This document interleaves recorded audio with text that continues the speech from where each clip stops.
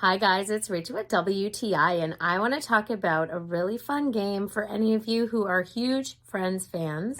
This is the one with all the cards. So there's different versions of Cards Against Humanity, and this is the Friends version. This is so fun. So this game is played, you would have the black cards, which is usually the scenario. Everyone's given white cards. So these would be kind of like a response or answer.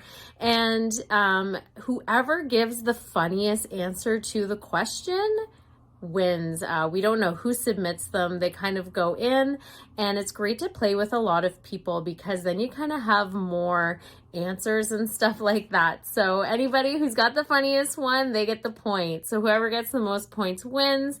But this is such a fun game because there's so many different combinations to the answers. So it's never really the same, which is so fun about it. I love this one, especially because it is a Friends edition.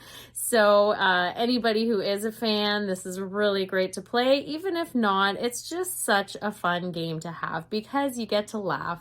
That's just my point of view.